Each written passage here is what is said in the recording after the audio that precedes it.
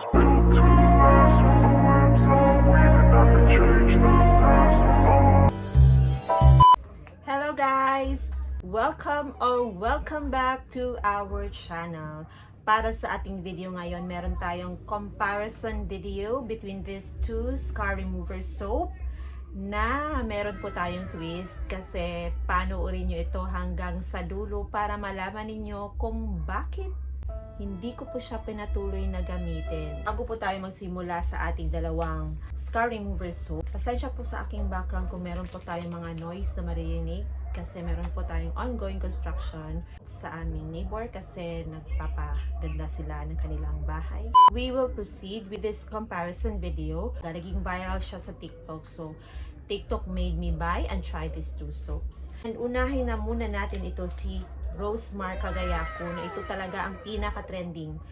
Simulan muna tayo sa kanyang packaging. So very simple po ang kanilang packaging. Ito lang po talaga ang makikita natin, ang Rosemar Kagayako Bleaching Whip Soap with glutathione, collagen, and alpha-arbutin. 70 grams and 10 times instant whitening scar remover.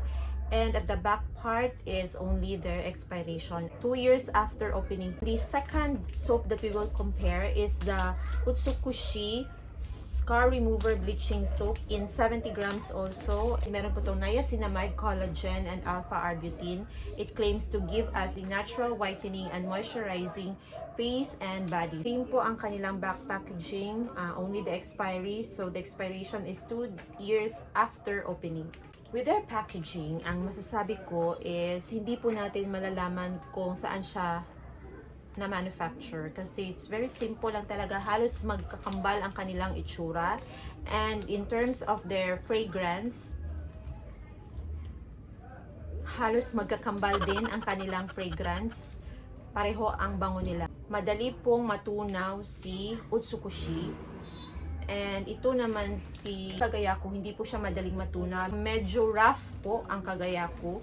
Si Utsukushi is parang soft siya and easily melts. In terms of the efficacy between the two, ang claim nila being a scar remover is, sad to say po talaga, hindi po is a no-no, is an X to me. Hindi po siya nakapagbigay ng scar removing effect and even giving me lighter complexion. Kasi ito si Utsukushi, hindi ko po siya binigyan ng second chance. I did not use this for a longer period of time kasi on the third day of using this one, umitim po ang aking balat, as in umitim siya and naging dry ang aking skin. Ang claim niya na magbibigay siya ng natural whitening and moisturizing for face and body is a no-no. Hindi po niya na-achieve sa akin yon. Kaya I stopped using this soap.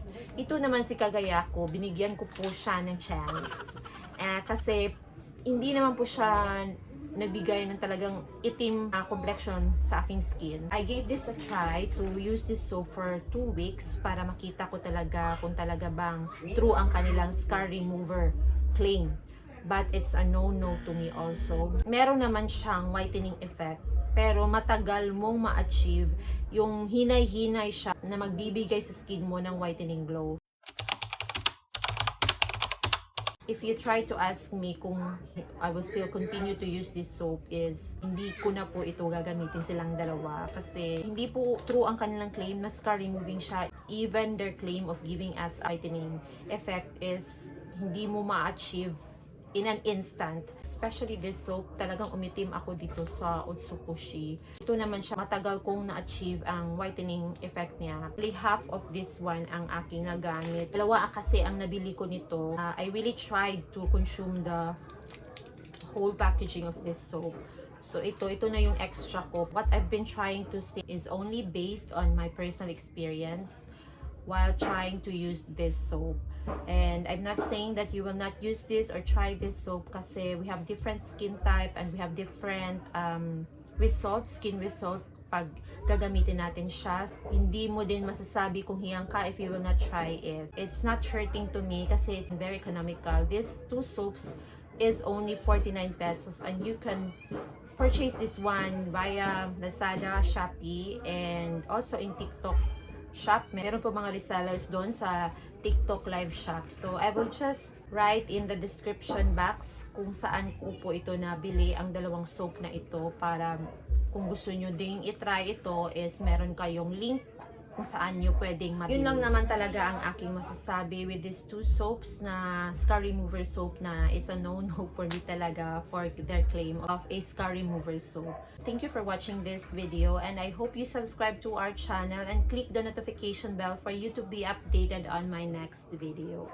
Remember, do good and good will come to you. May all our dreams come true.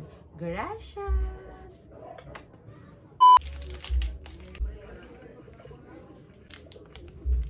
Kayo na po ang maghusga kung anong gusto nyo bilhin sa dalawang ito. Kung gusto nyo po si Utsukushi or ito si Rosemar Kagayako.